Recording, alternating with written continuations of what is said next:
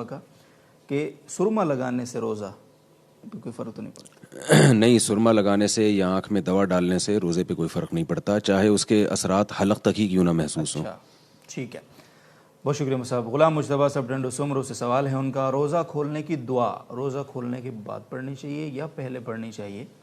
کسی چینل پر سنا ہے کہ دعا کے ترجمہ کے مطابق دعا بعد میں پڑھنی چاہیے، رہنمائی فرما دیں، جیسے وثبت الاجر پہ انشاءاللہ جو ہے یہ بعض حضرات نے وہ چینل پہ میں نے بھی سنا ہے کہ وہ کہتے ہیں کہ اللہم لک صمتو، یہ ماضی کا صیغہ ہے، وعلی رزقک افطرتو، تو میں نے افطار کر لیا، تو وہ اس سے دلیل بناتے ہیں کہ یہ افطار کے بعد ہے، گویا میں کر چکا ہوں۔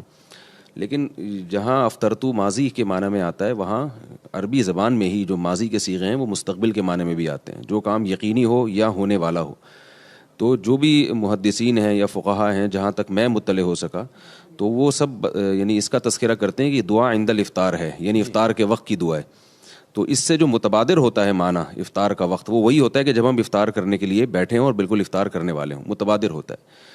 لیکن بہرحال یہ کوئی یقینی چیز نہیں ہے کہ اس پر جمود اختیار کیا جائے۔ اگر کسی کی ذاتی رائے یہ ہے کہ وہ کھانے کے بعد ہے تو اس قول کی بھی گنجائش ہے، لیکن جو متبادر ہو رہا ہے نا معنی، وہ متبادر یہی ہو رہا ہے جو محدثین یا فقہا ذکر کرتے ہیں کہ عند الافطار کا مطلب افطار کے وقت۔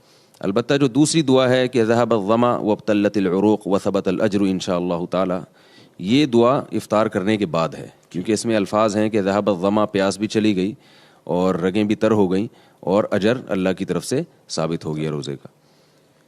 بہت شکریہ صاحب۔ کشمیر سے زبیر صاحب پوچھتے ہیں، یہ سوالات اب میں شروع کر رہا ہوں، یہ آپ اگر دینا چاہیں جواب تو بڑی مہربانی ہے، آپ کے نہیں تو کوئی بات نہیں۔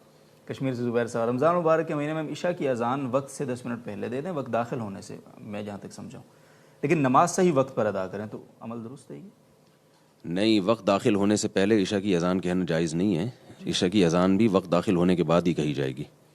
ٹھیک ہے، بہت شکریہ۔ اگین زبیر صاحب ہیں لیکن یہ راول پنڈی سے ہیں، وہ کشمیر سے تھے۔ اگر امام تراویح میں قرآن سناتے وقت کسی جگہ وَأَنْتُمْ تَعْلَمُونَ کی جگہ وَأَنْتُمْ لَا تَعْلَمُونَ پڑھ لے تو نماز کا کیا حکم؟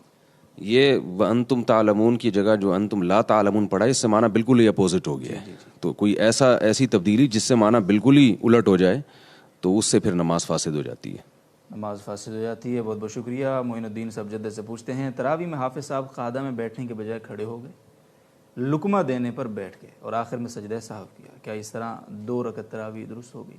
جی ہاں، اس طریقے سے 2 رکعت تراویح ان کی درست ہو گئی ہے۔ ممبئی سے اکرام الحق صاحب پوچھتے ہیں، میرا تعلق جو ہے وہ فلم اداکاروں کے ساتھ ہے، میرا ان کے گھر بہت آنا جانا بھی لگا رہتا ہے، تو کیا میرے لیے ان کے گھر کھانا وغیرہ کھانا جائز ہو؟ اگر وہ جو فلم اداکار ہیں ان کی آمدن کا کوئی بھی ذریعہ نہیں ہے سوائے جو فلموں میں ایکٹنگ کرنے کی جو ان کو اجرت ملتی ہے، تو پھر تو ان کے لیے ان کے گھر کھانا کھانا جائز نہیں ہے۔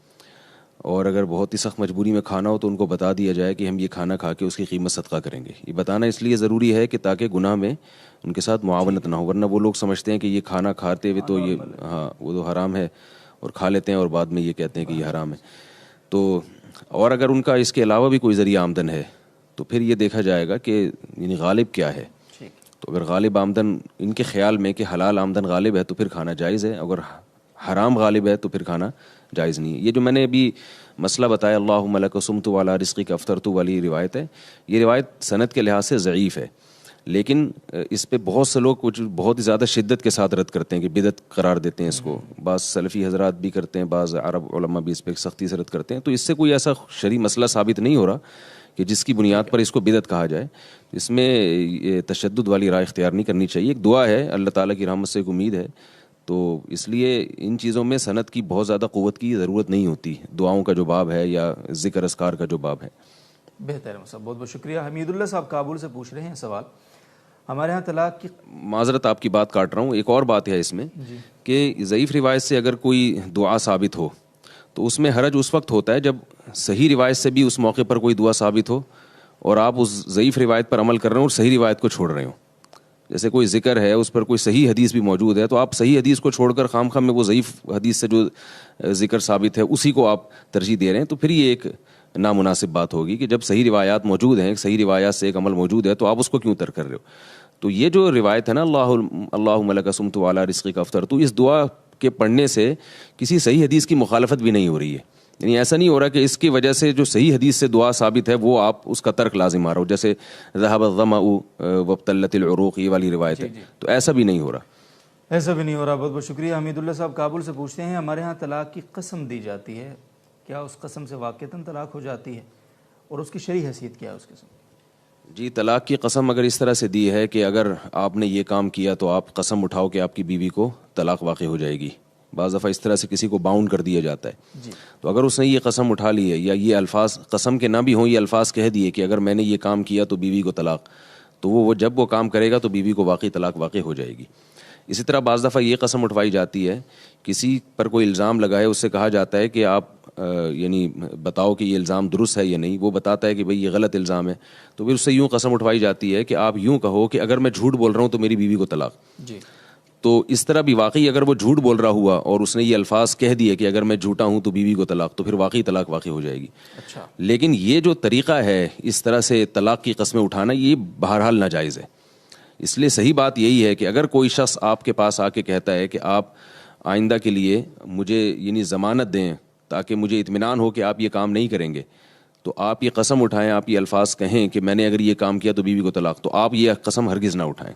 آپ یہ کہیں یہ میں نے علماء سے سنا ہے کہ یہ شریعت میں یہ جائز نہیں ہے، لہذا آپ مجھ سے کسی اور طریقے سے حلفیہ بیان لے لیں یا کسی اور طریقے سے مجھے باؤنڈ کر لیں، لیکن طلاق پر اس طرح کی قسم اٹھوانا علماء سے ہم نے سنا ہے کہ یہ جائز نہیں ہے. لہذا جب ایک چیز ناجائز ہے تو ہم وہ کام نہیں کریں گے، کیونکہ اس کی وجہ سے بہت نقصان ہوتا ہے. لوگ جذبات میں یعنی لوگوں کی جذبات سے کھیلتے ہیں اور پھر طلاقیں واقع ہوتی ہیں. مہتاب صاحب کبیر والا سے پوچھ رہے ہیں کہ خامد بیوی کو بار بار یہ کہتا ہے مصعب تو میری طرف سے فارغ ہے، تو طلاق بس یہ فارغ کا لفظ جو ہے نا، مختلف قوموں میں مختلف عرف ہے اس کا، تو اس لیے کوئی ایک بات نہیں کہی جا سکتی.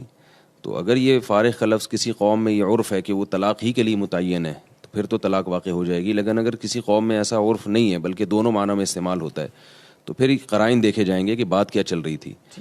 قرینہ بھی اگر کوئی نہ ہو تو پھر شوہر کی نیت پوچھی جائے گی. تو اگر وہ یہ کہتا ہے کہ میری نیت طلاق کی نہیں ہے تو پھر طلاق واقع نہیں ہوتی.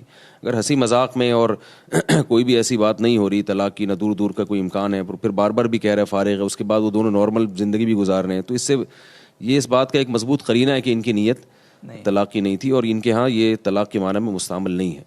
اگر وہ بار بار یہ کہہ رہا ہے ویسے تو اس کا مطلب وہ خود فارغ ہے. کیوں کہہ رہا ہے؟ وہ خود فارغ ہے. بہت بہت شکریہ جی.